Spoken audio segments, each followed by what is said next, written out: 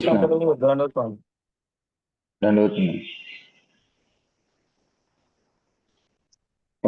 फिर उसका कंक्लूजन बताते हैं कि दिव्य ज्ञान जो है किसी एक परंपरागत जो है गुरु उनके मार्गदर्शन में ही जो है इसको प्राप्त किया जा सकता है। परंपरागत होना चाहिए, प्रामाणिक होना चाहिए। तो इस प्रकार से तत्विधि प्रणिपाते न, तभी जो है वो दिव्य ज्ञान जो है वो प्राप्त होगा। उसके बाद लास्ट क्लास में हम लोग किए थे 4.35 से 4.38। तो उसके अंदर में भगवान दिव्य ज्ञान के 6 फायदे हम लोग को बताते हैं। तो सबसे पहला होता है कि जब हम निष्काम भाव से भगवान की सेवा करते हैं, भक्ति करते हैं, तो हमको मोह नहीं होता है। मोह मैं और मेरा उसके कारण होता है। हम लोग जानते हैं जो बीत चुका है उसके लिए हम लोग को दुख होता है, वर्तमान में जो होता है उसके लिए हम लोग को मोह होता है, और जो भविष्य में होने वाला है उसके लिए हम लोग को भय होता है। तो ये जो वर्तमान में मोह है ये क्यों है? क्योंकि मैं मालिक बनना चाहता हूँ, मैं जो है ये संसार को चलाना चाहता हूँ, मैं सोचता हूँ ये मेरा है। लेकिन जब निष्काम भक्ति करते हैं, दिव्य ज्ञान से ये प्राप्त होता है, तो उस कारण से क्या होता है, ये मोह चला जाता है। दूसरा है कि हम ये समझ जाते हैं कि हम सभी जो है, जितने भी पशु पक्षी वृक्ष, जिसके अंदर में भी आत्मा का स्रोत है, वो सब भगवान के अंश है। भगवान सबके अंदर में परमात्मा रूप में जो है वास करते हैं। हम लोग को ये भी समझ में आ जाता है तीसरा, कि ये पाप और पुण्य जो है ये हम लोग का दिव्य ज्ञान प्राप्त करने से नष्ट होता है। क्योंकि ये पाप और पुण्य दोनों क्या है, बंधन का कारण है ना। तो ये दोनों दिव्य ज्ञान प्राप्त करने से जब हम भक्ति करते हैं तो ये दोनों नष्ट हो जाता है। इसी को जो है, जो बोला जाता है गीला गोबर और सूखा गोबर, उस हिसाब से जो है ये दोनों को कंपैरिजन किया गया है, लेकिन दोनों ही गोबर है, दोनों ही जो है बंधन का कारण। उसके बाद जो है पापी भी भव सागर को पार कर सकते हैं, क्योंकि अप्रारब्धम फलम पापम कूटम बीजम फलोन्मुखम कृमनेव फलियेत विष्णु भक्ति रतात्मना। विष्णु भक्ति करने से क्या होता है, रतात्मना, ये जो पाप का गठड़ी लेकर के आए थे, ये धीरे धीरे क्या होता है, जल जाता है। जिस प्रकार से अग्नि में ईंधन डालने से वो अग्नि स्वाहा हो जाता है। और समय पांचवा है कि समय आने पर जो है भक्त अपने अंदर में वो दिव्य ज्ञान के द्वारा जो आनंद प्राप्त होता है उसका आस्वादन करता है। जिस प्रकार से हरिदास ठाकुर है, उनको 22 बाजार में पीटा गया, लेकिन उनको कोई फर्क नहीं पड़ा, क्योंकि वो दिव्य ज्ञान अंदर में अनुभूति कर रहे थे और स्वयं चैतन्य महाप्रभु उनकी रक्षा कर रहे थे, जो कि उन्होंने जो महाप्रकाश लीला वो उसके अंदर में बताया। और लास्ट जो है वो है कि दिव्य ज्ञान जो है वो सभी योग, चाहे वो अष्टांग योग हो, ज्ञान योग हो, बुद्धि योग हो, सबका परिपक्व फल है। अगर हम इसको रियलाइज करते हैं, जीवन में अगर उतारते हैं, तो हमारी चेतना शुद्ध होती है। चेतना शुद्ध होने से जो 6 आतंकी अंदर हृदय में बैठे हैं वो नष्ट हो जाएंगे। तब हमको जो है ना, भगवान का अनुभूति होता है। नित्य सिद्ध कृष्ण प्रेम साध्य कबू नॉय, श्रवण आदि शुद्ध चित्त करो उदय। तो ये सब कैसे होगा दिव्य ज्ञान? ये कोई हम लोग को जो है प्रामाणिक गुरु जो है, परंपरागत गुरु है, उनके शरणागत होना पड़ेगा। जिस प्रकार से नारद मुनि ने मृगारी जो है उसको ये दिव्य ज्ञान दिया। राजा जड़ भरत जो थे, है ना, जड़ भरत, उन्होंने राजा रहुगन को ये दिव्य ज्ञान दिया। तो इसी प्रकार से सारांश यही है कि we have to take shelter of a realized soul. जिसने कृष्ण तत्व को समझ लिया है उसका हमको आश्रय लेना पड़ेगा। हरे कृष्णा प्रभु।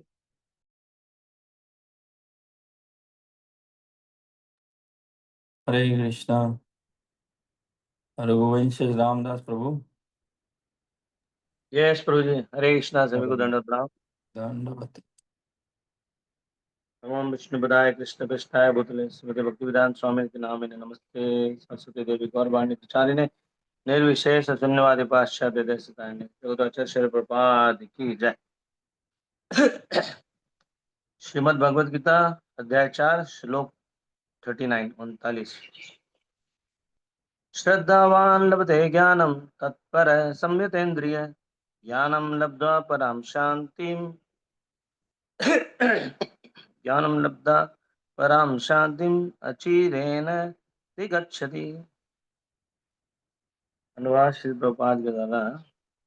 जो श्रद्धालु दिव्य ज्ञान में समर्पित है और जिसने इंद्रियों को वश में कर लिया है, वह इस दिव्य ज्ञान को प्राप्त करने के अधिकारी है, और इसे प्राप्त करते ही वह तुरंत आध्यात्मिक शांति को प्राप्त होता है। कल हमने श्री प्रभु जी के मुख से सुना कि दिव्य ज्ञान जो है वो परम शुद्ध है, सभी योग का वो परिपक्व फल है। कोई पापी से पापी व्यक्ति भी दिव्य ज्ञान का आश्रय लेता है, जिसको दिव्य ज्ञान मिलता है तो दुखों के सागर को पार करके भगवान के धाम चला जाता है। और ये दिव्य ज्ञान जो है हमारे भौतिक कर्मों को समस्तों को फलों को जला डालता है। अब भगवान यहाँ पे बता रहे हैं कि हमें दिव्य ज्ञान प्राप्त कैसे होगा और कौन इसका अधिकारी है। तो कहा कि श्रद्धावान लभते ज्ञानम, श्रद्धा कि हमको दृढ़ श्रद्धा चाहिए, और सम्यतेंद्रियम, और हमको अपनी इंद्रियों को वश में करना होगा। तात्पर्य में प्रभुपाद ने बहुत सुंदर लाइन लिखी है कि श्री कृष्ण में दृढ़ विश्वास रखने वाला व्यक्ति ही इस तरह का कृष्ण भावनाविद ज्ञान को प्राप्त कर सकता है। श्री कृष्ण में दृढ़ विश्वास, तो ये दृढ़ विश्वास हमको आएगा कहाँ से? अभी जैसा पंकज गौड़ ने त्रिपुर ने बताया कि जब हम गुरु के शरणागत होंगे, जब हम अपने आचार्यों के, गुरु के, परंपरा के एकदम डिटरमाइंड शरणागत होंगे, तभी हमको ये हमको दिव्य ज्ञान प्राप्त होगा, ये हमारे मन में दृढ़ विश्वास आएगा। अभी आजकल हम लोग देखते हैं भक्त लोग थोड़ा सा भटकने लग जाते हैं कि इस्कॉन में रहते हैं या जहाँ भी जो भी परंपरा में जुड़े हो, ताकि उनको दृढ़ विश्वास नहीं रहता है।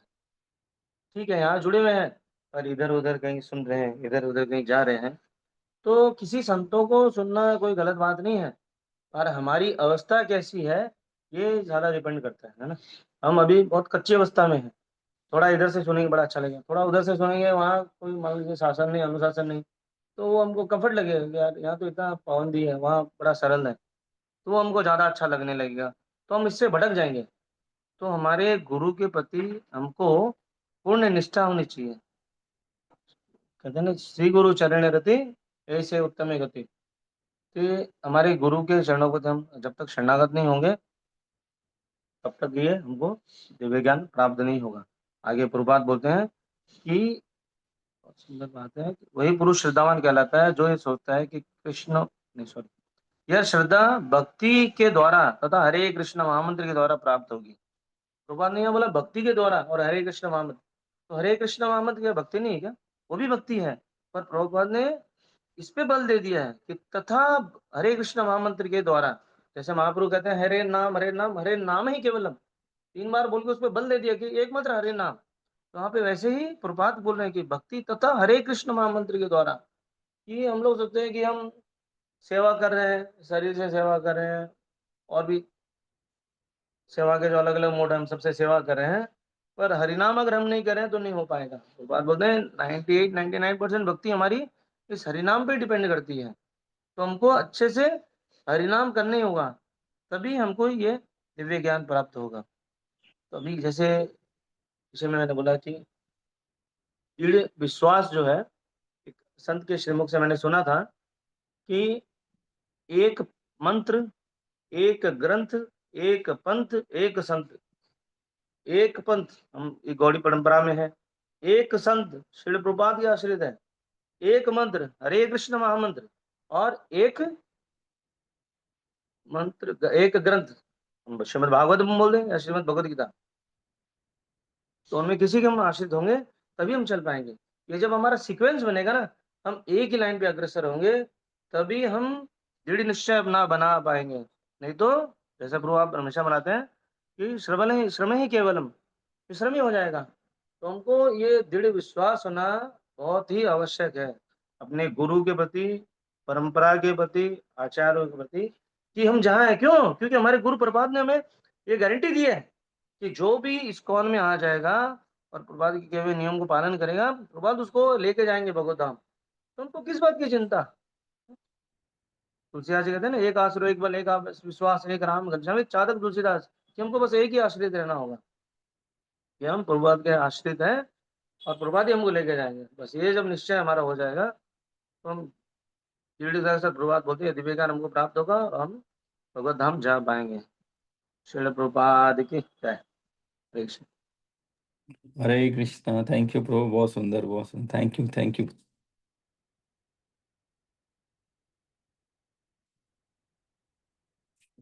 हरे कृष्णा। श्रील प्रभुपाद की जय। श्रीमद् भगवद गीता की जय। तो प्रभु जी ने बहुत सुंदर हमको अध्याय 4 श्लोक संख्या 39 का बहुत सुंदर तात्पर्य और अनुवाद से रहस्य निकाल के सुनाया, और बोले कि प्रभु जी बताए कि हम लोग को प्रभुपाद के प्रति श्रद्धा व्यक्त करना चाहिए। तो लेकिन लोगों को संशय होता है कि हम सिर्फ प्रभुपाद प्रभुपाद प्रभुपाद ही बोलते रहते हैं।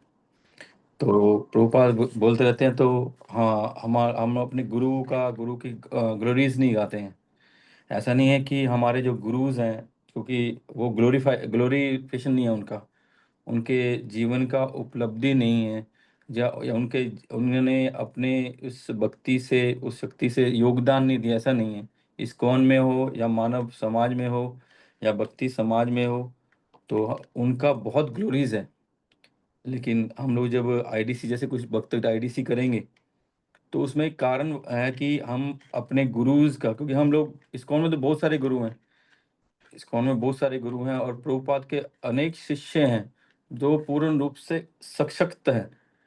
वो अपनी भक्ति से, तपस्या से, गुरु निष्ठा से, सेवा से, और जो आज का जो ये विचार है, श्रद्धावान लभते ज्ञान तत्पर संयत इंद्रिया, ज्ञान लभते परम शांति आचरण अधिगच्छति, वो इसको पूर्ण रूप से उन्होंने ये अप्लाई किया है। पूर्ण रूप से श्रद्धावान है वो प्रभुपाद के प्रति और पूर्ववर्ती आचार्य के प्रति और प्रभुपाद की इंस्ट्रक्शंस के प्रति।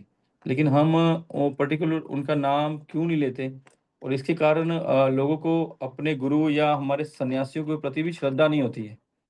उनको लगता है कि प्रभुपाद, डेफिनेटली प्रभुपाद हमारे परम गुरु हैं।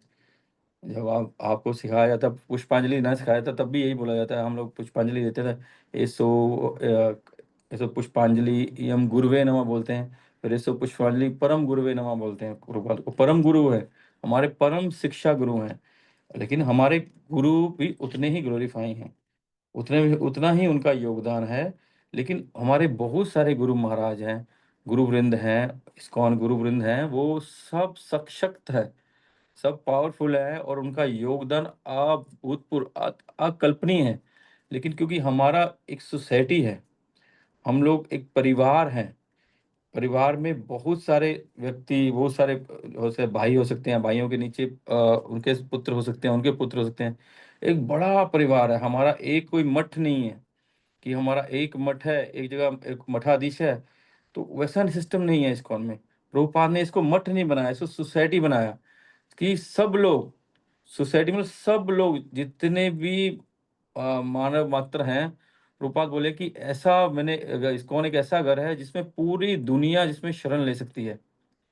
तो प्रभुपाद ने सोसाइटी बनाया ताकि उसमें बहुत पूरी दुनिया के, वो किसी वर्ण के हो, किसी आश्रम के हो, सब उसमें शरणागत हो सकते हैं। कोई किसी के लिए ऐसा नहीं है कि वो शूद्र है नहीं आ सकता, वो मुस्लिम है नहीं आ सकता, वो सिख है नहीं आ सकता, वो फॉरेनर है, म्लिच है, यवन है, वो ऐसा कोई नहीं है। जो हरि नाम के प्रति श्रद्धावान है, जिसके अंदर में भक्ति है, जिसका गुरु और कृष्ण के प्रति श्रद्धा है, वो इस्कॉन में आ सकता है। कोई और, क्योंकि महाप्रभु का ये संदेश है, स्वयं भगवान ने बोलते हैं ये बात शुद्र न्यासी क्या बोलते हैं कि विप्र की न्यासी शुद्र कहनो ना होए, जे कृष्ण तत्व वेता सही गुरु है। कि जो कृष्ण तत्व वेता है, जिसको कृष्ण को तत्वता जानता है, वो गुरु होने का अधिकारी है। रूप गोस्वामी 6 वेग की बोल, जो 6 वेगों के करता है, अपने चरित्र को, अपने गुणों को उस शुद्ध सत्य में ले जाता है, पूर्ण रूप से गुरु के वाक्यों में, कृष्ण के वाक्यों में निष्ठावान होकर अपना तन मन धन मनसा वाचा कर्मणा समर्पित कर देता है, तो गुरु के योग्य है, वो गुरु है। उसको महाप्रभु स्वयं भगवान बताते हैं।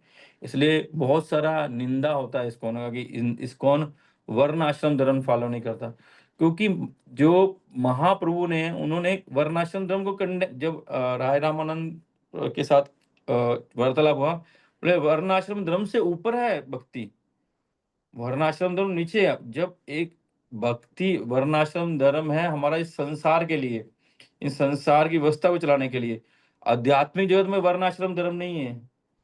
कोई जाके गोलोक वृंदावन में कोई वर्ण आश्रम धर्म थोड़ी है, वहां सब के सब भगवान के शुद्ध भक्त हैं, सबके सब शुद्ध सेवक हैं भगवान के। और भगवान शास्त्रों में बोलते हैं जन्म जायते शूद्र, जन्म में जो जन्म होता है सब शुद्र हैं।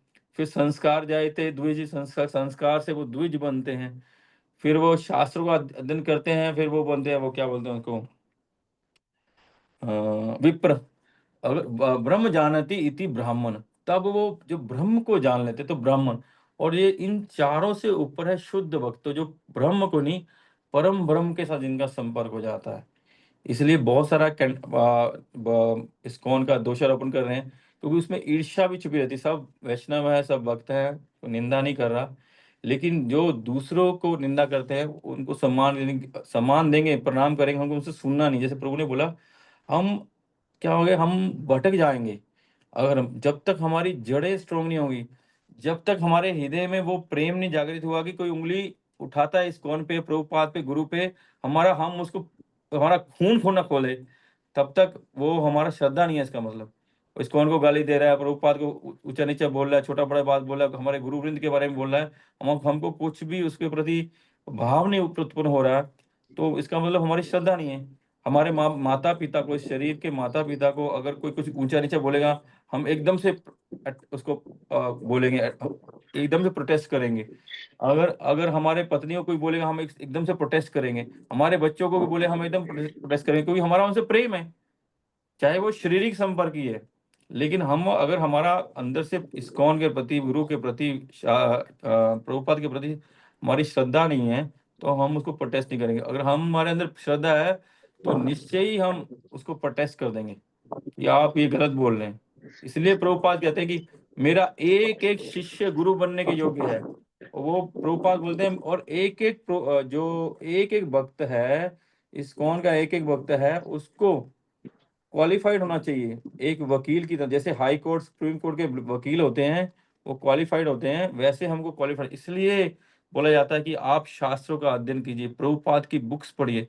हमको प्रभुपाद का मूड, श्रीपाद रूप गोस्वामी का मूड, महाप्रभु का मूड को जानना होगा। कल मैं एक लेक्चर सुन रहा था, वहां एक व्यक्ति ने प्रश्न किया प्रभु जी से कि क्या तुकाराम भक्त नहीं, हम उनको नहीं सुन सकते? बोले सुन सकते हैं, उनको पढ़ सकते हैं, लेकिन आप पहले 10 साल तक, 5 से 10 साल तक हमको प्रभुपाद की बुक्स में, क्योंकि हमारा जो भाव है, हमारा जो भक्ति है, महाप्रभु का जो भाव है, रूप गोस्वामी का जो भाव है, उसको उसको वो जो तुकाराम जी है, उस उन्होंने भी महाप्रभु के बारे में लिखा है, लेकिन जो इंटेंस भाव है, जो महाप्रभु के फॉलोअर्स हैं, वो ही उसको जानते हैं।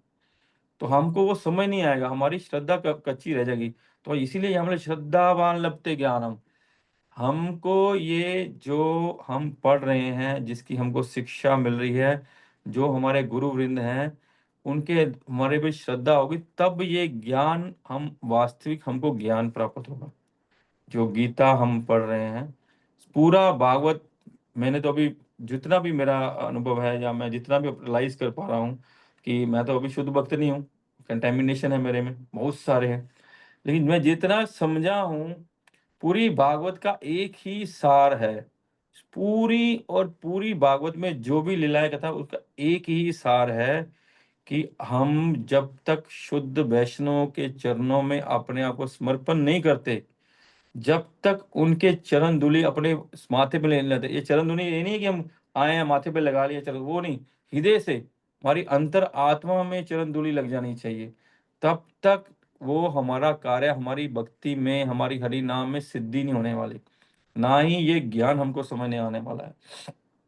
तो हमारे गुरु महाराज लोगों ने बहुत पावरफुल है, लेकिन हमारा परिवार एक रहे, हमारा परिवार में यूनिटी रहे, हमारे परिवार में, सोसाइटी में प्रेम रहे, हमारा परिवार एकजुट होके इस महा आंदोलन को आगे बढ़ाए, इसलिए गुरु वृंद हम सबको के केंद्र बिंदु प्रभुपाद रहते हैं।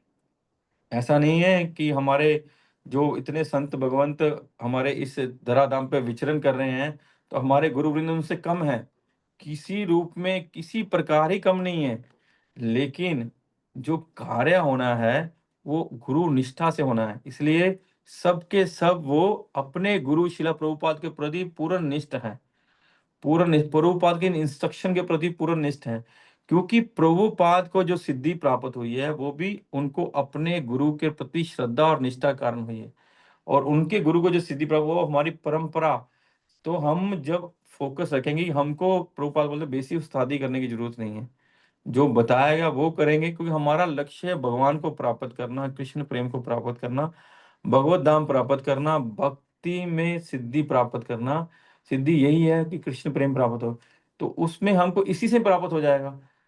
नहीं तो जैसे प्रभु बोले कि हमको इधर उधर सुनते हमारे मन में संशय हो जाए, अगले श्लोक में आएगा, अगला श्लोक ही है, और श्रद्धावान लभते ज्ञानम तत्पर संयत इंद्रियां। तो इंद्रियों को संयमित करना होगा।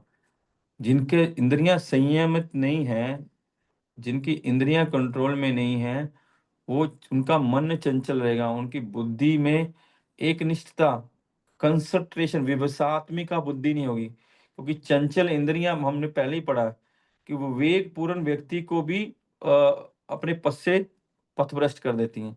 तो जिनकी इंद्रियां चंचल है, जिनकी इंद्रियों में संयम नहीं है, जो इंद्रियों में कंट्रोल नहीं है, तो इंद्रियों के प्रति आकर्षित है, इंद्रियों विषयों के प्रति आकर्षित है, ना तो वो श्रद्धावान पूर्ण रूप से हो सकते हैं, ना ही उनको पूर्ण ज्ञान का, इस दिव्य ज्ञान का लाभ हो सकता है।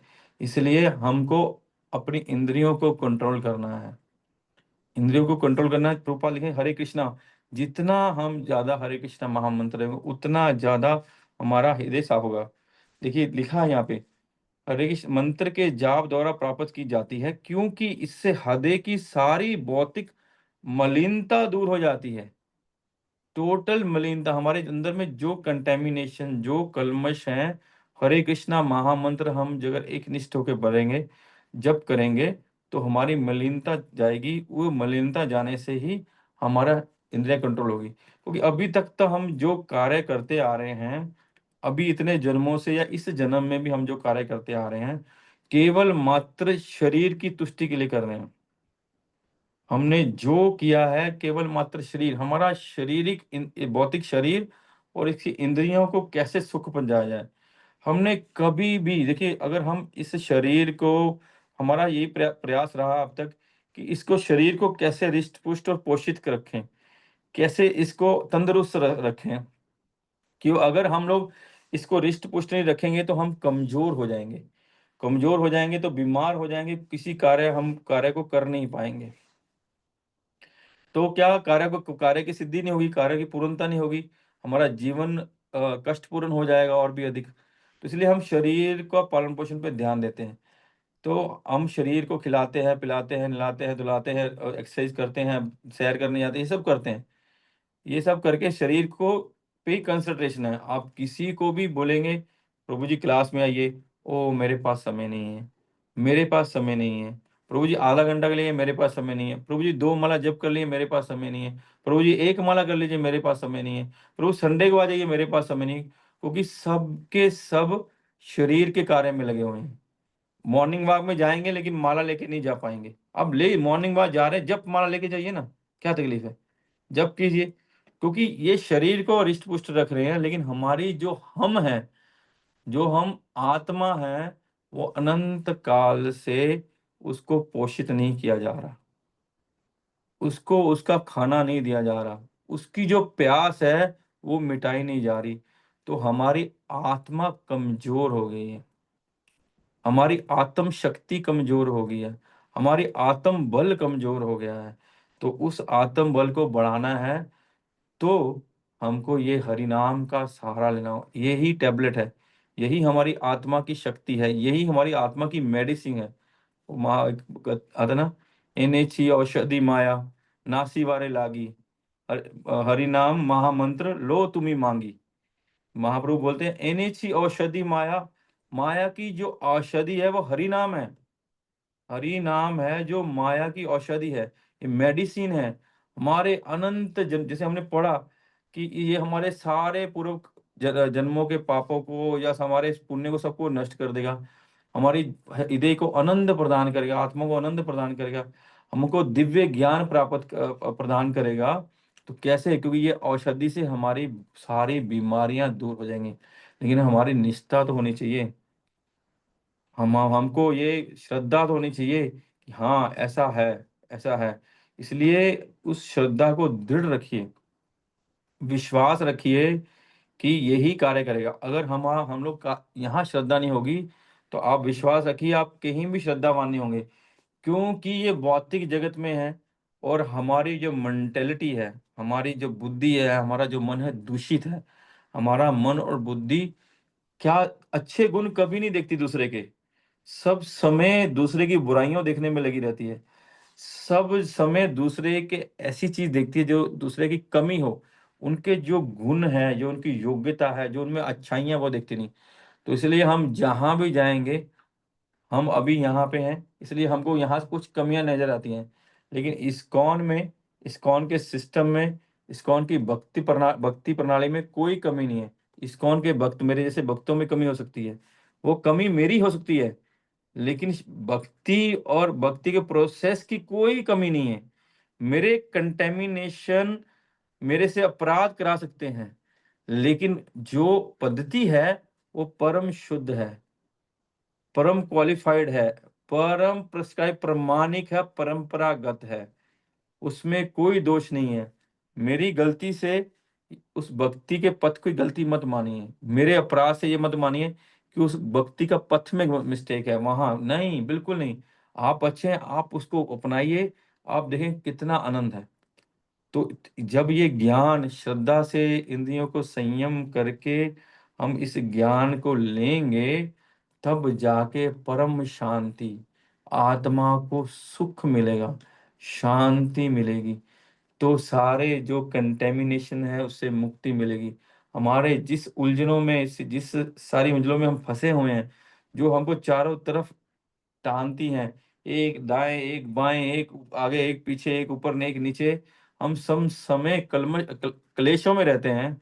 जब ये इसको वास्तविक समझ जाएंगे, तब वो सारे क्लेश खत्म हो जाएंगे। हमारा मन, हमारी बुद्धि, हमारी चेतना आत्मा में स्थित हो जाएगी, और फिर वो आत्मा का आनंद प्राप्त करेगी, तो शांति होगी। इसलिए महाप्रभु भी, चैतन्य महाप्रभु भी श्री चैतन्य चेतावनी में बोलते हैं, श्रद्धा शब्दे विश्वास सुदृढ़ निश्चय, कृष्ण भक्ति कर ले सर्व कर्म कृत होए। श्रद्धा शब्दे विश्वास, विश्वास सुदृढ़, दृढ़ नहीं, हमको कोमल श्रद्धा नहीं रखनी है। कोमल श्रद्धा का हमारा कहीं भी कार्य नहीं हो, कहीं भी कार्य सिद्ध नहीं होगा कोमल श्रद्धा होने से। हम कहीं भी सुने, हमको आज एक संत का अच्छा नहीं लग रहा, हम दूसरे संत को सुनेंगे, दूसरे का अच्छा नहीं लगा तीसरे को सुनेंगे, तीसरे का अच्छा, वो हमको ऐसा सुनते जाएंगे, सुनते जाएंगे, सुनते जाएंगे। हमको हमको कहीं भी हमारी श्रद्धा, हमारा फोकस नहीं रह पाएगा।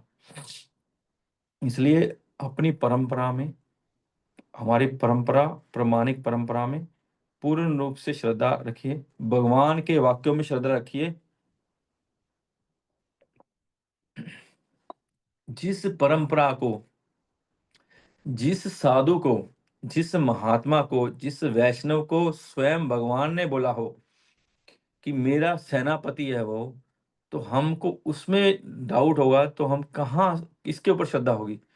जो भगवान के खुद के श्रीमुख के वाक्य हैं कि मेरा एक सेनापति, वो सेनापति हमारे शिला प्रभुपाद हैं, और चीफ ऑफ कमांडर हैं वो, और जो हमारे गुरु वृंद में कमांडर्स हैं। इसलिए हमारे गुरु वृंद में कोई कमी नहीं है। हम प्रभुपाद की ग्लोरीज इसलिए गाते हैं ताकि हमारा परिवार संगठित रहे, उसमें बल रहे, हम टुकड़ों में नहीं बटे।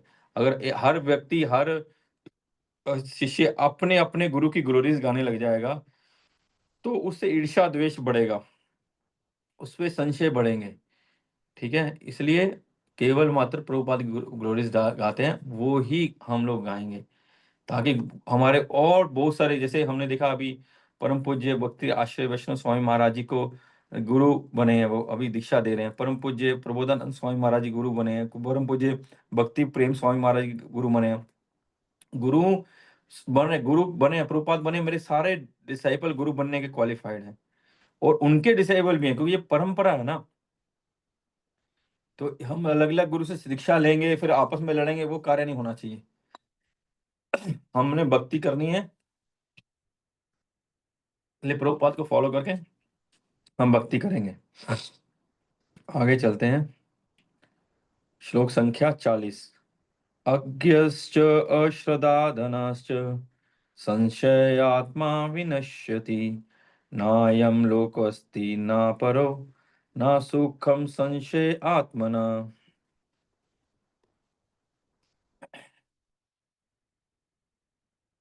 इनका है पढ़ने का। हरे कृष्णा। किंतु अज्ञानी तथा श्रद्धा विहीन व्यक्ति शास्त्रों में संदेह करते हैं, वे भगवत भावनामृत नहीं प्राप्त करते, अपितु नीचे गिर जाते हैं। संशयात्मा के लिए न तो इस लोक में न ही परलोक में कोई सुख है। हरे कृष्ण। हरे कृष्णा। भगवान ने दिव्य ज्ञान की कितनी इंपॉर्टेंस है वो बताई, और दिव्य ज्ञान किससे प्राप्त होगा? गुरु से प्राप्त होगा, और हम उसके प्रति पूरे डेडिकेशन, निष्ठावान और शरणागत होंगे, क्योंकि वो स्वरूप सिद्ध हैं, वो तत्ववेता हैं। तो हमको वो कृपा करके हमको दिव्य ज्ञान देंगे। दिव्य ज्ञान के माध्यम से हमारे सारे पाप, हमारे सारे पूर्व कृत्यों के फल सब खत्म हो जाएंगे, और हम लोग उसका आस्वादन कर पाएंगे। और ये होगा कैसे? जो श्रद्धावान होंगे, जिन्होंने गुरु वृंद की आज्ञा का पालन किया होगा, वही इस ज्ञान को प्राप्त करके परम शांति प्राप्त करेंगे। लेकिन कौन नहीं कर पाएगा? भगवान बता रहे कौन नहीं कर पाएगा? जो अज्ञ हैं, बोले जो अज्ञान में है, मूर्ख हैं, जो जो शास्त्रों का ज्ञान नहीं जानते हैं, जिनको उसके बारे में मालूम ही नहीं है कि शास्त्र क्या है, मैं कौन हूँ, भगवान क्या है, मेरे जीवन का लक्ष्य क्या है, मैं इस मनुष्य जीवन मेरे को प्राप्त हुआ, इसका कार्य क्या है, इससे क्या हम निकाल सकते हैं। जैसे उस दिन हम कथा सुन रहे थे, हिज ग्रेस अनंग मनमुर प्रभु सुना रहे थे कि एक राजा ने एक व्यक्ति को चंदन का जंगल दे दिया। उसका कार्य क्या था? वो लकड़ी को जंगल से लकड़ी लाता था, उसको जलाता था, कोला बेचता था। और उस चंदन का लकड़ी मिलने के बावजूद, उसको चंदन का जंगल मिलने के बावजूद वो यही कार्य कर रहा था। कोला बिकेगा 1 रुपए में, चंदन बिकेगा 1000 रुपए में। कृष्ण उसको कृष्ण मालूम ही नहीं कि चंदन का कार्य क्या है। कृष्ण कृष्ण कि राम राम राम राम हरे हरे कृष्ण कृष्ण कृष्ण राम राम राम राम हरे हरे कृष्ण कृष्ण कृष्ण। हरि बोल, वो जप कर रहे हैं हरे कृष्णा। तो उसको मालूम नहीं है इसका यूज क्या, वो है अज्ञानी। तो इस मनुष्य जीवन से इस जो योग हमको सदयोग मिला है, वो जानता ही नहीं है, तो उसका जीवन व्यर्थ चला जाएगा। उसका जीवन व्यर्थ चला जाएगा। वो केवल और केवल अपने इस पालन पोषण में लगा रहता है। उसको वास्तविक ज्ञान की है ही नहीं, उसको नॉलेज ही नहीं है कि मैं किस चीज के लिए बना हूँ। भगवान ने मेरे को हीरा बनाया, हीरा, डायमंड, और मैं कांच के टुकड़े की तरह इधर उधर धक्के खा रहा हूँ। भगवान ने हमको मनुष्य जन्म दिया है, मनुष्य शरीर दिया है, बुद्धि दिया है, बल दिया है, चेतना दी है। इससे कहाँ यूज करना है वो जानते नहीं है। तो जैसे प्रभु जी बोले, श्रम में भी केवलम व्यर्थ में उनका पूरा जीवन नष्ट हो जाता है। इस मनुष्य जीवन का जो परम लक्ष्य है वो उसको प्राप्त नहीं कर पाते। फिर उनका दूसरा बोले अश्रद्धा से, बोले वो हैं जिनको ज्ञान हो जाता है, जिनको ज्ञान हो जाता है कि ये प्रोसेस ये है, ये भगवत गीता है, ये भागवतम है, ये संत हैं, ये वैष्णव हैं, ये भगवान हैं, लेकिन उनके प्रति श्रद्धा नहीं होती। उनके प्रति श्रद्धा नहीं होती। गीता पढ़ते हैं, गीता को पढ़ लेते हैं और भागवत को सुन लेते हैं, लेकिन उनको श्रद्धा नहीं होती। और जब वो श्रद्धा नहीं होती तो वो कल्याण नहीं होगा, क्योंकि पिछले श्लोक में भगवान बोलते हैं श्रद्धावान लभते ज्ञान, मतलब ज्ञान लेते हैं लेकिन वो कोरा शुष्क ज्ञान हो जाता है। उसमें कोई रस नहीं होता, उसमें कोई आस्वाद नहीं होता, उसका कोई आस्वादन नहीं होता, उसका कोई दिव्य रियलाइजेशन नहीं होता है, क्योंकि उनको श्रद्धा ही नहीं है। वो ज्ञान लिए हैं, ज्ञान से वो दूसरों पे ज्ञान बुखार भी रहे हैं, दूसरों पे को इंस्ट्रक्शन या बात करते हुए बोलते भी हैं, बताते भी हैं, लेकिन वो वास्तव में उसमें श्रद्धा नहीं होती उनको। और जब श्रद्धा नहीं होती, जब हम अभी भी चर्चा किए, जब हम श्रद्धावान नहीं होंगे तो वो कार्य नहीं होगा। तो आगे क्या, श्रद्धा बहुत काम करती है। आगे संशय आत्मा विनश्यति, तो जो संशय है कि हाँ हमको ज्ञान भी हो गया, लेकिन हम सोचते हैं क्या सच में ऐसा हो सकता है क्या? हमने कथा सुनी कि भगवान ने बहुत बड़ा गोवर्धन, सैकड़ों किलोमीटर लंबा गोवर्धन अपनी छोटी उंगली में उठा लिया। सुना, क्लास में भी गए, भागवत सुनने भी गए, यार ऐसा कैसे हो सकता है? उहुँ, होगा नहीं ऐसा, ये बढ़ा चढ़ा के लिखते हैं, ये बढ़ा चढ़ा के बोला जा रहा है। तो वो संशय मन में, डाउट्स, डाउट्स हमारे मन में, पूर्ण विश्वास नहीं होना, तो उसका क्या होता है, उसका भी कार्य नहीं होता। कि बोल रहे हैं, जैसे हम भी बोल रहे हैं कि ये बख्श कि श्रद्धा शब्द है विश्वास सुदृढ़ निश्चय, कृष्ण भक्ति कर ले सब कर्म कृत हुए, बोल दिया, लेकिन क्या ऐसे हो सकता है? एक कथा में सुना, एक वैष्णव के श्रीमुख से, पहले भी मैं सुना था ये एक बार, कि एक ब्राह्मण था और एक लड़की थी, छोटी कन्या थी, उसको दूध देने आती थी या कोई भी सेवा करने आती होती होगी। तो वो जैसे हम लोग बोलते हैं ये भवसागर पार कर लेते हैं, अभी पहले ही आया कि वो भवसागर पार कर लेगा, संत रेयस्यसि रेयस्यसि, कि ऐसा लोग जो भगवान के दिव्य ज्ञान को प्राप्त करेंगे वो भवसागर पार कर लेंगे। तो वो उनको जा रही थी, उनको सेवा के लिए गई, वो लेट हो गई। बोले क्या कारण है? बोले बारिश हो रही थी और नाव नहीं थी, इसलिए हम लोग मैं लेट हो गई। तो बोले ये जो भगवान का नाम लेगा वो तो भवसागर पार कर लेता है, तो तुम ये नदी नहीं पार कर सकती? बोला, ठीक है नदी। उसने उसके उनके मुख, श्रीमुख से जो निकले वाक्य विश्वास किया। अगले दिन फिर बारिश हो रही थी, फिर नाव नहीं थी, वो हरे कृष्णा करती हुई उस नदी के ऊपर चली और पार करके निकल गई। बोली आज तो और भी जोर बारिश है, आज तुम समय में कैसे आ गई? बोले आपने ही तो कल बताया कि जो भगवान का नाम है नौका से बढ़ के या भवसागर पार कर देता है, तो नदी क्या है? तो मैं नाम लेके आ गई। वही तो वो बोले हैं, बोले ऐसा कैसे हो सकता है? ऐसा हो नहीं सकता। नहीं कहती सच में, चलिए मैं दिखाती हूँ। वो दोनों, वो ब्राह्मण और या साधु और वो माताजी गईं, तो माताजी वो इसी उनके शब्दों के विश्वास से उस नदी के ऊपर भगवान का नाम लेते लेते पार हो गई। लेकिन जिसने शब्द बोले वो उसमें डूब गया, क्योंकि उसको पूर्ण विश्वास नहीं था, संशय था, डाउट था। इसलिए हमको डाउट नहीं करना कि ये हरे कृष्णा मंत्र हमको कृष्ण प्रेम नहीं दिला सकता, ये हरे कृष्णा मंत्र मंत्र हमको राधा कृष्ण की सेवा नहीं दिला सकता, ये हरे कृष्णा मंत्र हमको गोलोक वृंदावन नहीं पहुंचा सकता, ऐसा डाउट नहीं करना। लखा तर गए लखा ने तर जाना, जिन्हा ने तेरा नाम जपया।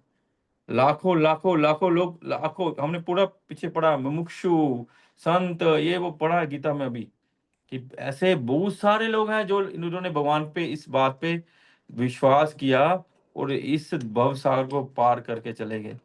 तो विश्वास रखिए कि हम ये हरे कृष्णा महामंत्र ही, ये हरे कृष्णा महामंत्र ही हमको उस पार लेके जा सकता है।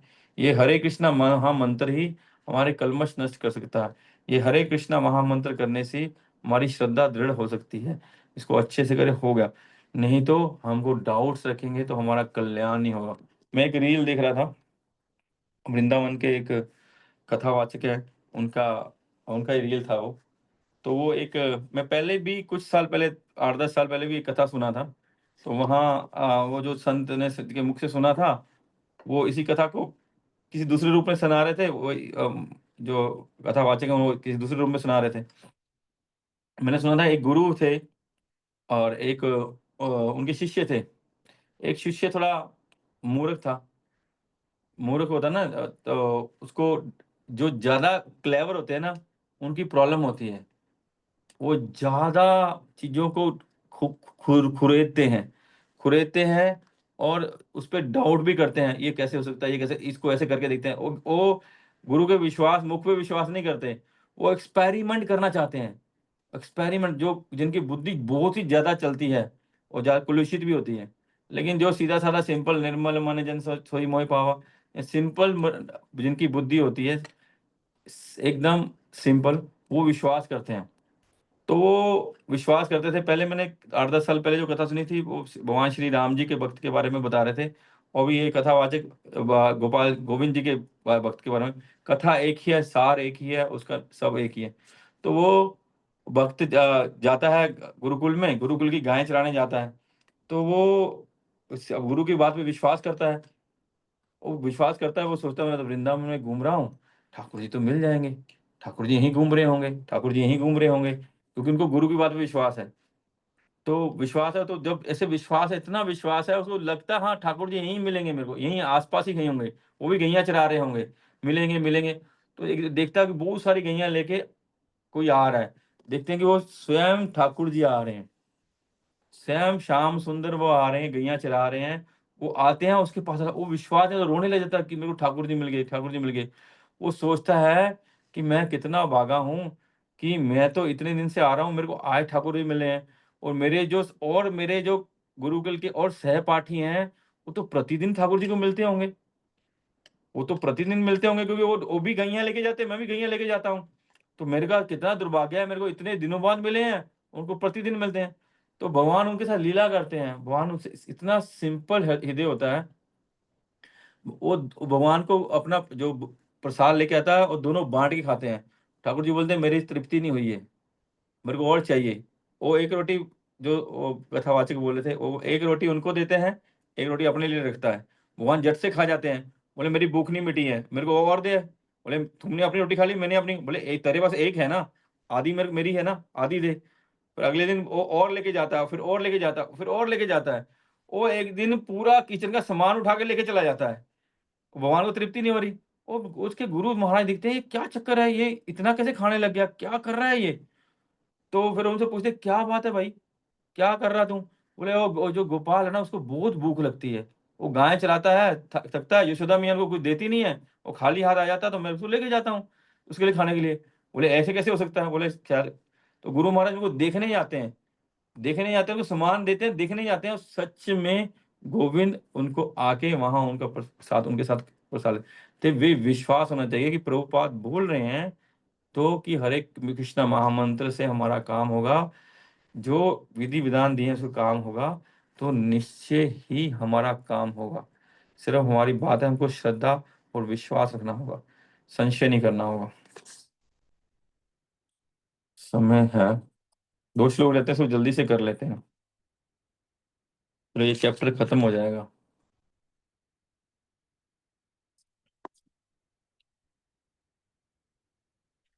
योग संन्यासत कर्म नाम ज्ञान संचिन्न संशयम आत्मवंतम न कर्माणि निबंधन्ति धनंजया। हरे कृष्णा। जो हरि बोल। व्यक्ति अपने कर्म फलों का परित्याग करते हुए भक्ति करता है और जिसके संशय दिव्य ज्ञान द्वारा विनष्ट हो चुके होते हैं, वही वास्तव में आत्म परायण है। हे धनंजय, वह कर्मों के बंधन से नहीं बनता। हरे कृष्ण बोल। तो इसका पूरे चैप्टर का भगवान सारांश देते हैं कि जो अपने कर्म फलों को त्याग देता है। देखिए, कर्म फल भोगने की इच्छा तब तक रहती है जब तक हमारे अंदर में मैं और मेरा रहता है, जब तक हमारी बुद्धि देहात्म बुद्धि तक रहती है, जब तक हमारी चेतना इंद्रिय भोग करने तक रहती है, जब तक हमारा जो क्या बोले अट्रैक्शन इंद्रियों विषयों की तरह रहता है, तब तक कोई भी आदमी अपने कर्म फल को भोगना चाहता है। जब हरि नाम के माध्यम से, गुरु वृंद की सेवा के माध्यम से, हरि की सेवा के माध्यम से ये चेतना शुद्ध हो जाती है, तब वो कर्म फलों के लिए अट्रैक्ट नहीं रहता, वो आत्मा के लिए कर्म करता है और भगवान के लिए कर्म करता है। वो आत्मा की तृप्ति कोई भी कार्य, जैसे हमने पहले पढ़ा है कि ऐसे जो आत्म साक्षात्कार आत्मा राम है, उनके लिए कर्म करना कोई जरूरी नहीं है। वो किसी कार्य में बंधते नहीं है और कोई उनको कर्म फल नहीं लगता है, क्योंकि उनकी इच्छा भोग की नहीं रहती है, उनकी इच्छा इंद्रिय तृप्ति की नहीं रहती है, उनकी इच्छा इस भौतिक संसार में कुछ पाने की नहीं रहती है, क्योंकि उनकी चेतना परम शुद्ध हो गई है। इस ज्ञान, दिव्य ज्ञान को प्राप्त करके परम शुद्ध हो गई है। उनको इस भौतिक संसार के से कुछ प्राप्त करना या कुछ अट्रैक्ट होके यहाँ कुछ भोग करने की कोई इच्छा नहीं रहती। इसलिए वो, जब इच्छा नहीं रहती, इसलिए वो कर्मों के बंधन से नहीं बनते। अपना जो भी होता है वो सब सेवा में लगा देते हैं। प्रभुपाद ने अपना पूरा जीवन सेवा में लगा दिया है। हमारे जो गुरु वृंद हैं, उन्होंने अपने गुरु प्रभुपाद के वाक्यों से अपना पूर्ण जीवन, जब उनकी आयु पूर्ण रूप से एकदम यौवन में थी, जो गुरु वृंद है एकदम, कोई 17 साल का था, कोई 18 साल का था, कोई 20 साल का था, कोई 22 साल का था, एकदम भरपूर जवानी, इंद्रियों भोग की सबसे, इस मनुष्य जीवन की सबसे उत्कृष्ट स्थिति में थे। वो उस लेवल में थे, तो वो इंद्रिय भोग कर सकते थे। और बड़े बड़े परिवार से, बड़े बड़े अमीर धनवान परिवार से वो आए हैं कि वो इंद्रिय भोग कर सकते। उनके सब गाड़ी, बंगला, कंचन, कामनी सब उपलब्ध थी, सब कुछ उपलब्ध था, कुछ भी कमी नहीं थी। लेकिन उन्होंने इस भौतिक संसार की भौतिक इंद्रिय, इस विशेष संसार को त्याग कर अपने गुरु के चरणों को पूर्ण रूप से अपने माथे में ले लिया। हाँ हाँ प्रभु करो दया, देव मोहे पद छया। उस पद छया, प्रभुपाद के चरणों को अपने सिर पे रख के, उनके वाक्यों को धारण करके पूर्ण जीवन, जो करोड़ों रुपए के बंगले में रहते थे, वो यहाँ बिना छत से रहे हैं, धूप में। करोड़ों रुपए जो बंगले में रहते थे, वो झोंपड़ी में रहे हैं। जो उनकी, जिनके लिए बाथरूम गंदे गद्दे लगे रहते थे, वो जमीन में सोए हैं। सांप घूमते थे आसपास, ऐसी जगह में सोए हैं। और जिनके बड़े बड़े आलीशान बाथरूम थे, वो मटका लेके जंगल में जाके यूज किए हैं। और किसी के लिए, कि गुरु ने बताया है कि मनुष्य जीवन का क्या लाभ है, इसलिए वो आत्मा राम है। उन्होंने उसी में आनंद लिया है, और उसी में आनंद लेके वो आनंद की बारिश हमारे पूरे संसार में की है। देखिए कितने भक्त हैं, कितने वैष्णव बन गए, कितने इस भौतिक संसार की दुर्गति से अपने आप को उठा रहे हैं या उठा पाए हैं। आप देखेंगे, जहां देखेंगे आपको, कहीं किसी सड़क पे चले जाइए, किसी स्टेशन पे चले जाइए, किसी एयरपोर्ट पे चले जाइए, किसी बस स्टैंड पे चले जाइए, किसी मार्केट में चले जाइए, आपको 2-4 आदमी तिलक लगाए, कंठी बनाए डाले हुए मिल जाएंगे। तो वे कैसे किया? तो इन जो हमारे गुरु वृंद है ना, ये इनकी इनकी महिमा है। प्रभुपाद 1977 में चले गए। प्रभुपाद अपनी बुक्स में हैं, अपने उपदेशों में हैं, अपने संदेश में हैं, अपनी शिक्षा में हैं, और विश्वास करने से वो हमारे साथ ही हैं। लेकिन वो अपने शिष्यों के साथ हैं प्रभुपाद। वही, उन्हीं शिष्यों ने ये चमत्कार किया है कि जिनको कुछ आता नहीं, जो अज्ञानी थे, अश्रद्धाधन थे, जो संशय में थे, वो सब दूर करके आत्मा राम बना दिया लाखों लाखों लोगों को। तो कर्म फल को त्यागेगा और दिव्य ज्ञान बोले जिसके संशय, और जो वास्तव में श्रद्धावान होकर ये दिव्य ज्ञान को लेगा, उसके संशय नष्ट हो जाएंगे। तो सारा कुछ जो पहले बोले हैं, सब कुछ इस दिव्य ज्ञान की अग्नि में जल जाएगा और आत्माराम हो जाएगा, और सारे कर्म बंधनों से मुक्त हो जाएगा। उसके पूर्व कृत्य करे सारे कर्म बंधन मुक्त हो जाएगा। और उसके जो अभी कर्म कर रहा है, अभी इस धराधाम में विचरण कर रहा है, गुरु वृंद तो इसी धराधाम में है। हमारे जो गुरु वृंद हैं, सब इसी धराधाम में घूम रहे हैं ना, यही लीला कर रहे हैं ना। तो वो लीला कर रहे हैं, वो किसी कर्म बंधन में नहीं है, क्योंकि वो अपने लिए कुछ नहीं करते हैं।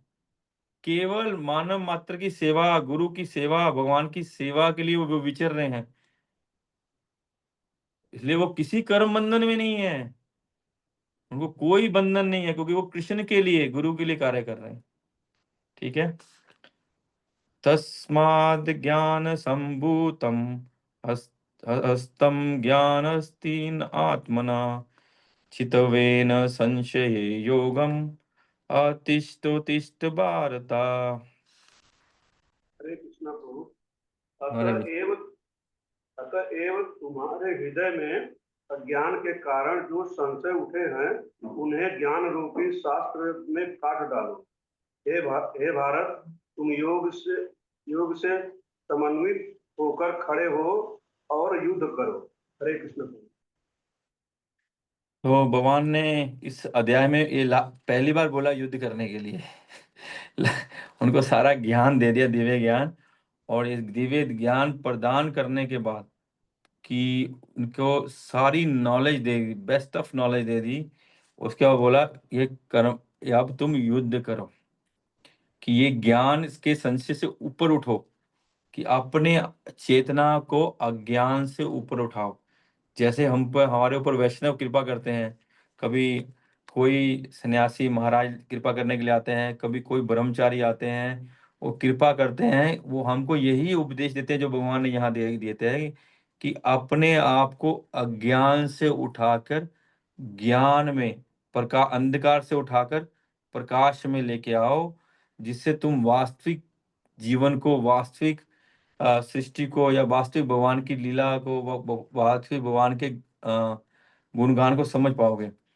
तो ये वही है, भगवान ने उनको लेक्चर दिया है, उनको बताया है, दिव्य ज्ञान प्रदान किया। भगवान बोले इस अज्ञान से उठो और युद्ध करो। तो हमको क्या युद्ध करो? दो कार्य हैं। एक तो वो बोलते हैं कि भगवान बोले कि एक तो तुम्हारा जो वर्ण का धर्म है, जो तुम्हारा वर्णाश्रम धर्म है, उसका पालन करो, वो प्रेस्क्राइब ड्यूटी को करो। क्या? कि तुम्हारा क्षत्रिय है और आतताइयों को मारना तेरा कर्तव्य है, इसलिए जो तुम्हारी प्रजा है उसको रक्षा करने के लिए तुम युद्ध करो। दूसरा बात, भगवान बोले मैं निर्देश दे रहा हूं युद्ध करो। तो ये भक्ति का कार्य हो गया, ये भक्ति हो गई कि हम भगवान की आज्ञा का पालन करें, भगवान जो बात बोल रहे हैं उसका पालन करें। हमको जो गुरु हमारे इंस्ट्रक्शन दे रहे हैं हम उसको पालन करें, क्योंकि जो गुरु के इंस्ट्रक्शन से ही हमारा कार्य सिद्ध होगा। जो भी सेवा गुरु हमको दे, अगर हमको बोले कि तुमको जीवन भर मंदिर में झाड़ू ही मारना है, तो हम झाड़ू मारेंगे, उससे कृष्ण मिल जाएंगे। अगर हमको बोले तुमको प्रचार करना, उससे कृष्ण मिल जाएंगे। हम बाकी काम तो करना ही है, 4 नियम, हरि नाम जप, ये सब करना ही है। बाकी अर्चन को जो करना है अपना वो करना ही है, कि हमको शास्त्र स्वाध्याय भी करना है। लेकिन जो कार्य उन्होंने फोकस करने के लिए बोला, अगर हम वही कार्य करेंगे, बोले प्रचार करो, गीता वितरण करो, बुक डिस्ट्रीब्यूशन करो, प्रसाद डिस्ट्रीब्यूशन करो, मैनेजमेंट करो, हमको वही कार्य करने से श्री कृष्ण की प्राप्ति हो जाएगी, राधा कृष्ण की प्राप्ति हो जाएगी। ठीक है, तो हमको वो हमारी भक्ति हो जाएगी। इसी का कोई प्रश्न है? हरे कृष्ण प्रभु जी, दंडवत प्रणाम। तो मेरा प्रश्न है कि जैसे ये माने ये स्टेटमेंट सही है कि नहीं है, और थोड़ा सा बताइएगा। जैसे स्वरूप सिद्ध व्यक्ति जो होते हैं उनके लिए कर्म करने की आवश्यकता नहीं रहती है, लेकिन कर्म तो उनको करना ही पड़ता है। जैसे मान लीजिए नहाएंगे, धोएंगे, खाएंगे, पिएंगे, तो ये सब कर्म में ही तो आता है, कर्म तो करना ही पड़ता है उनको। कर्म बंधन में नहीं बनते हैं, लेकिन कर्म तो करना ही पड़ता है। तो क्या ये स्टेटमेंट सही है कि थोड़ा बताइए। प्रभु भगवान उससे पहले बोले हैं कि कोई भी जीव बिना कर्म के नहीं रह सकता, ये भी भगवान बोले हैं। और फिर भगवान ये बोले स्वरूप सिद्ध व्यक्ति के लिए कर्म करना अनिवार्य नहीं है। जिनका आत्म साक्षात्कार हो गया, जो विप्रलंबा भक्ति, रागानुगा भक्ति में पहुंच गए हैं, उनके लिए जो हमको हम लोग वैदिक भक्ति कर रहे हैं। वैदिक भक्ति क्या कर रहे हैं? इस वैदिक भक्ति की परिपूर्णता क्या है कि हम वैदिक भक्ति करते करते इतने एक्सपर्ट हो जाएंगे, इतनी हमारी भक्ति जागृत हो जाएगी कि हम रागा अनुगा भक्ति में पहुंच जाएंगे। जब जो इसका यही इसलिए हमको वैदिक भक्ति प्रैक्टिस कराई जा रही है कि हम वैदिक भक्ति करेंगे और उसमें पहुंचे। उसमें भी जो लोग, जो हमारे गुरु वृंद पहुंच भी जाते हैं, फिर भी वो अपने गुरु के वैदिक भक्ति का निर्देशन पालन करते हैं, ऐसा नहीं कि नहीं करते हैं। लेकिन उनकी जब वो रागा नुगा भक्ति में पहुंच जाते हैं, तो उनके लिए कोई विधि विधान को पालन करना जरूरी नहीं होता है, क्योंकि वो उस स्थिति में नहीं होते हैं, उनकी चेतना उस स्थिति में नहीं होती है। वो तो अभी जो रागानुगा भक्ति में पहुंच गए हैं, जो विप्र लंबा भक्ति में पहुंच गए हैं, उस स्टेज में पहुंच गए हैं, वो अभी वो यहाँ बैठे बैठे हैं, वो बैठे बैठे यहाँ बैठे हैं, या वो गोलोक वृंदावन में श्री राधा कृष्ण की सेवा में बैठे हैं, हम नहीं जान सकते हैं। हम सोचेंगे हम वो सब कथा सुन रहे हैं, इनकी आंखें बंद हैं, सब जप कर रहे हैं, इनकी जप नहीं कर रहे हैं, वो हमको लगता है, बाकी ये कार्य कर रहे हैं, दंडवत कर रहे हैं, ये नहीं कर रहे हैं, लेकिन वो वहां है ही नहीं, वो उस स्थिति में है ही नहीं। उनको उनकी चेतना पूर्ण रूप से गुरु और क्या बोलते हैं भगवान की सेवा में लगी हुई है। वो वहां बैठे हैं, शरीर हमको दिख रहा है, लेकिन वो कहाँ पे होंगे? वो गोलोक वृंदावन में होंगे, या भगवान कहीं लीला करेंगे वहां होंगे, उनका सहयोग करें। इसलिए उनके लिए कुछ भी जरूरी नहीं है प्रभु। वो उनके लिए जो स्वरूप सिद्ध है उनके लिए बोला गया, लेकिन जो स्वरूप सिद्ध नहीं है उनको तो कार्य करना, विधि विधान पालन करना है।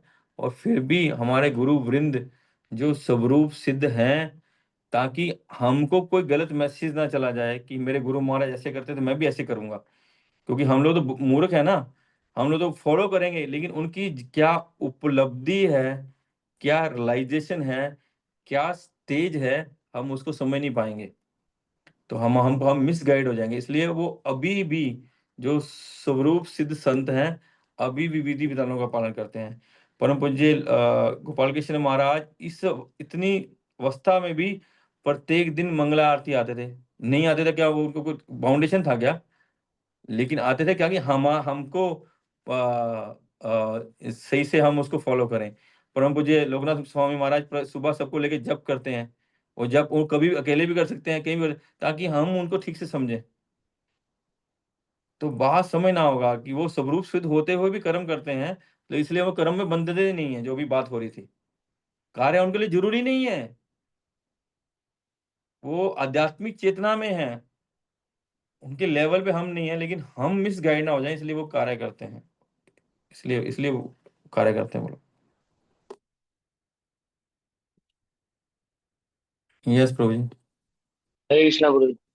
तो जी परम पूज्य भक्ति आश्रम वैष्णव स्वामी महाराज के मुझसे मैंने सुना था आज बोले कि जो स्वरूप सिद्ध होते हैं ना, वो अपने शरीर निर्वाह के लिए कार्य नहीं करते, वो भगवान की सेवा के लिए करते हैं। जैसा आपने अभी कहा, तो अपना शरीर चलाना है बोल के उसके लिए वो कोई उद्यम नहीं लेते हैं। तो जैसा आपने बोला कि माँ आते थे डेली मंगल आरती आते थे, तो महाराज मंगल आरती आते थे, वो भगवान की सेवा के लिए करते हैं, तो वो वैसा कर्म नहीं है। तो दो तीन बात तो बात यह आज है, के आप देखिए पर मुझे जब तक स्वामी महाराज की क्या कंडीशन है, मतलब उनकी शरीर हम्म अवस्था क्या है, तो हम इससे समझ ले सकते हैं कि वो शरीरी अवस्था में है ही नहीं। अगर वैसा किसी का कंडीशन हो, वो बेड से उठेगा ही नहीं। अभी गुरु पर मुझे जयप्रकाश स्वामी महाराज यहाँ अमेरिका का वीजा लगाने के लिए आए थे, ताकि उनका अमेरिका में प्रचार करने जाएंगे। इस अवस्था मतलब शरीर का कोई भी अवस्था में हमारे पास छोटी सी सुई लग जाए ना, छोटा सा सर दर्द होता है ना, तो हम लोग वो बोले आज क्लास नहीं जाएंगे, तबीयत ठीक नहीं है, ओ थोड़ा हमारे थोड़ा सा माथा में थोड़ा भारी भारी लग रहा है, और थोड़ा सा दर्द हो रहा है। तो क्या स्टेज पे है, हम सोचिए कि वो शरीर के स्टेज पे है ही नहीं, कि शरीर तो काम ही नहीं कर रहा कुछ भी, फिर भी प्रचार कार्य में लगे, गुरु की सेवा में लगे, सारी सारा दिन मीटिंग्स, चेतना, क्लास देना, भक्तों पे कृपा करना, कि उसको हम लोग रियलाइज नहीं कर पाएंगे प्रभु। हम लोग उसको हम लोग नहीं कर पाएंगे। क्या बोले थे प्रभु?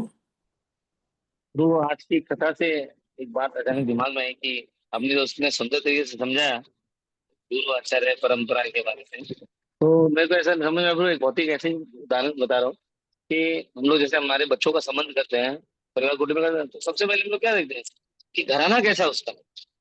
तो हमको ये ठसक होनी चाहिए अच्छे से कि भाई आपने जैसा कहा कि हमारा घराना अच्छा है, हम हमारे गुरु के सुने, क्योंकि वो अपने गुरु के सुने थे, वो अपने गुरु के सुने थे, वो अपने गुरु के सुने थे, है ना। मतलब किसी ने भी किसी को ओवरटेक नहीं किया, या कोई कहीं से भटका नहीं, सब एक परंपरा से कनेक्ट है, एक लाइन में है।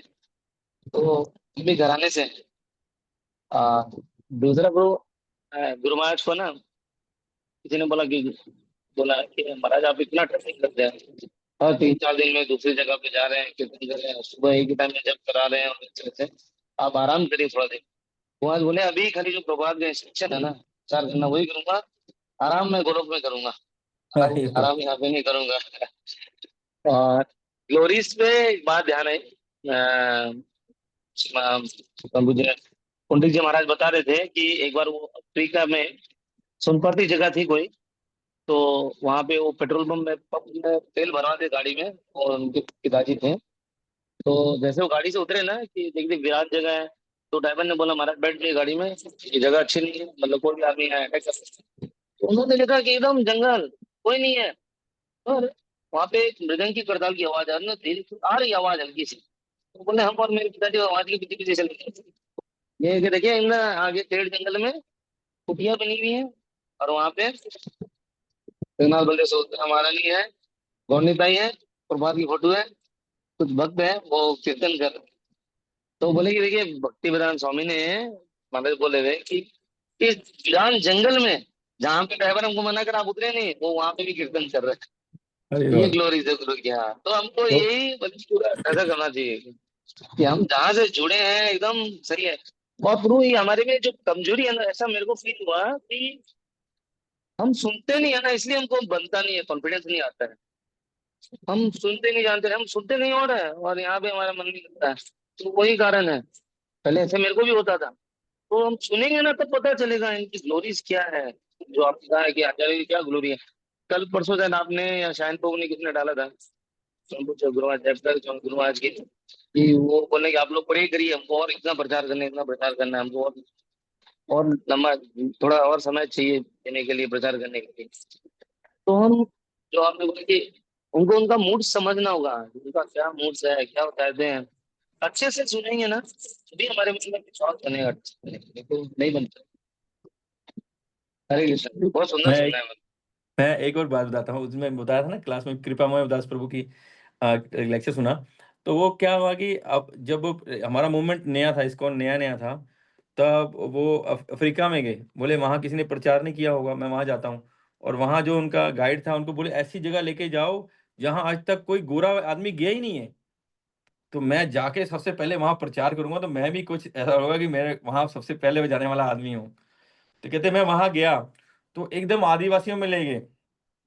बोले वो आधे नंगे, आधे आधे कपड़े वाले, आधे नंगे थे। कहते मेरे को लगा हाँ मैं नहीं, उन्होंने मेरा स्वागत किया और फिर उन्होंने अपने लीडर को बुलाया। तो लीडर लीडर ने मेरे को उनको अपनी जो झोंपड़ी होगी, कुटिया होगी, वहां ले गया। और बाहर बोला कि ठीक है इनके लिए एक चिकन काटो, एक मुर्गा काटो, इनका खिलाएंगे पिलाएंगे इनको, वो तो वैसे ही करेंगे। तो बोले नहीं नहीं इसका जरूरत नहीं है, जरूरत नहीं है उनको, तो वो तो खाना नहीं था उनको। और ये नहीं बोलना था ये गलत है बहुत वो है, ऐसा भी नहीं बोलना था। बोले नहीं जरूरत नहीं है। तो कहते जब मैं उनकी झोंपड़ी में गया मेरे को लगा मैं पहला व्यक्ति हूँ प्रचार करूंगा अफ्रीका में, ऐसे जंगलों में, ऐसी जगह पे। कहते अंदर जाके देखा उनकी झोपड़ी में एक ही फोटो लगी हुई है। और एक ही फोटो लगी है, वो किसकी लगी है पता? महाप्रभु और उनके भक्त जो कीर्तन कर रहे हैं ना, जो फोटो वो लगी हुई है। बोले ये फोटो कैसे आई? वो कहते वो ये फोटो कैसे आई आपके पास? कहते ये सब अफ्रीकन है, देखो एक आदमी गोरा है बाकी सब आदमी काले हैं, इसलिए सब अफ्रीकन है, इसलिए मैंने ये फोटो लगाई है। बोले कैसा बात है, प्रभुपाद कैसा प्रचार किए कि अफ्रीका के डीप जंगलों तक महाप्रभु की कृपा पहुंच गई। जब तो नगर आदि ग्राम सर्वत्र प्रचार होई वे मोर धाम। हरि तो बोल। बहुत सारी हरे हरि बोल। कथाएं हैं। और सबरूप सिद्ध की एक कथा छोटी सी बोल के बाद खत्म करेंगे। एक प्रभु जी की कथा सुनना था। वो बोले रूप श्रीपाद रूप गोस्वामी के बारे में बता रहे थे कि रघुनाथ दास गोस्वामी कथा कर रहे हैं और सब वृंदावन के सब संत वहां कथा सुन रहे हैं।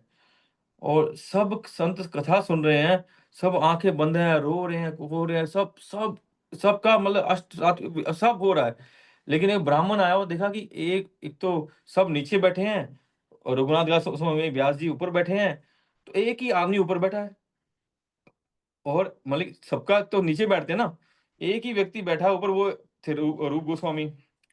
और ना वो रो रहे हैं ना कुछ कर रहे हैं ना कुछ, उनको कुछ कुछ नहीं है, उनका सीधे साधे बैठे हैं। तो उन्होंने बोले क्या हो रहा है, क्या है ये, इसका कुछ भी नहीं हो रहा। वो पास गए, पहले तो उनको मन में ईर्ष्या हुई, ये ऊपर क्यों बैठा है। तो ठीक है, क्यों बैठा है तो पता नहीं, उसके मन में ईर्ष्या हुई। फिर पास जाके देखा कि वो सांस नहीं ले रहे हैं, उन्होंने उनके हिलनी जुलनी है, कुछ कुछ विकार नहीं है, कुछ भी नहीं है हो रहा उनके, ना आंख आंसू ना कुछ ना कुछ। उनको लगा ये तो मर गया। वो कॉटन की रुई लाए, रुई, वो रुई लाए तो रूप गोस्वामी की नाक पे रख दिए, वो रुई भी नहीं हिल रही है। लेकिन सब भक्त, सारे के सब भक्त आंखों में आंसू है, आंखें बंद है, कथा से इतना मगन है, उनको कोई पता नहीं आसपास क्या हो रहा है। वो किसी को उठा नहीं पा रहे हैं कि ये बंदा तो मर गया भाई, इसका कुछ करो, कथा क्यों बोल रहे, बंद करो कथा, इसको इसका करो काम, हो गया। तो वो कथा जब आधा घंटा बाद कथा रुकी, जब श्रीमद् भागवतम की जय बोले ना, तब क्या हुआ, तब रूप गोस्वामी ने सांस ली, सांस छोड़ी और पूरी कॉटन जल गई आग से। इतना तप था, वो कॉटन में आग लग गई। तब वो पूछे कि कौन, क्यों ये ऊपर बैठा था? बोले श्रीपाद रूप गोस्वामी है, ये हमारे सारे गोस्वामियों में सर्व से, सब इनको मानते हैं, सब के सीनियर है, सब इनकी महाप्रभु के बहुत प्रिय हैं। तो वो बात। दूसरी बात बोले कि आप तो हिल नहीं, सांस भी नहीं ले रहे थे। वो उस समय वहां नहीं थे, वो भगवान की जो लीला बोली जा रही थी उस लीला में वो चले गए थे, उस लीला में चले गए थे, तो उनको वहां थे ही नहीं। तो स्वरूप सिद्ध व्यक्ति के लिए कुछ भी कर्म करना जरूरी नहीं है, और किसी कर्म के लिए फल में बनते नहीं। ये है कि वो उस स्थिति में नहीं रहते, वो आत्मा से भी, आत्म साक्षात्कार से भी ऊपर भगवत लीला में चले जाते हैं, भगवत प्राप्ति इसलिए होता है। ये बहुत डीप है। वैसे तो हम में से सबसे ज्यादा क्वालिफाइड हमारी चांद प्रभु हैं, तो वो हमको वैसे ज्यादा अच्छा समझा पाएंगे। ऐसे मत बोलिए प्रभु जी, हरे कृष्ण। नहीं, सच में प्रभु, इसमें तो कोई डाउट नहीं है। ठीक है, बहुत समय हो गया, तो हम लोग रखते हैं, फिर आगे सप्ताह मुलाकात होगी। प्रभु 4th चैप्टर खत्म हो गया है, तो हम सब लोग मिलके अगर 4th चैप्टर को एक बार रिवाइज करेंगे तो अच्छा रहेगा। तो नेक्स्ट वीक क्या रिवीजन का कर लेंगे क्या? हाँ, रिवीजन कर दिए प्लीज प्रभु नेक्स्ट वीक। ठीक।